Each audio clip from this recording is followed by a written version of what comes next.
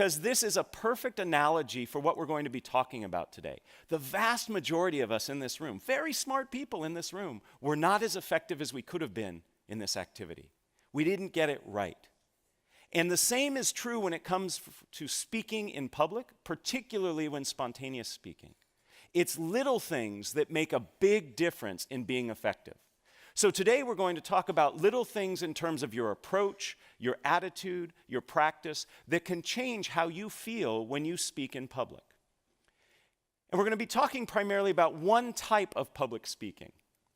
Not the type that you plan for in advance, the type that you actually spend time thinking about, you might even create slides for. These are the keynotes, the conference presentation, the formal toasts. That's not what we're talking about today. We're talking about spontaneous speaking. When you're in a situation that you're asked to speak off the cuff and in the moment.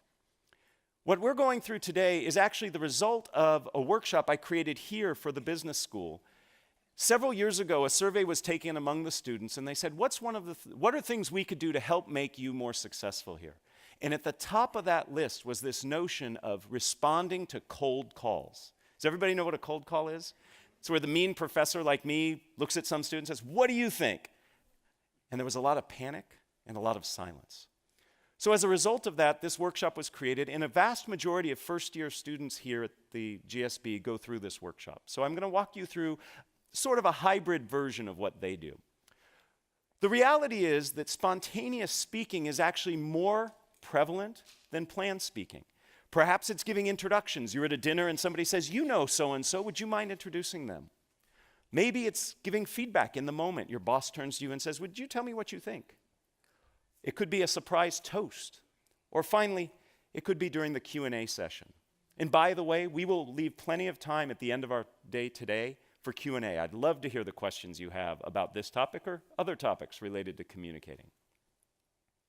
So our agenda is simple. In order to be an effective communicator, regardless of if it's planned or spontaneous, you need to have your anxiety under control. So we'll start there. Second, what we're going to talk about is some ground rules for the interactivity we'll have today, and then finally we're going to get into the heart of what we will be covering. And again, as I said, lots of activity, and I invite you to participate. So let's get started with anxiety management. 85% of people tell us that they're nervous when speaking in public. And I think the other 15% are lying. Okay? We could create a situation where we could make them nervous too. In fact, just this past week, a study from Chapman University asked Americans, what are the things you fear most? And among being caught in a surprise terrorist attack, having your identity stolen, was public speaking. Among the top 5 was speaking in front of others. This is a ubiquitous fear, and one that I believe we can learn to manage. And I use that word manage very carefully because I don't think we ever want to overcome it. Anxiety actually helps us. It gives us energy, helps us focus, tells us what we're doing is important, but we want to learn to manage it. So I'd like to introduce you to a few techniques that can work, and all of these techniques are based on academic research. But before we get there, I'd love to ask you, what does it feel like when you're sitting in the audience watching a nervous speaker present? How do you feel? Just shout out a few things. How do you feel? Uncomfortable. I heard many of you going, yes, uncomfortable. It feels very awkward, doesn't it?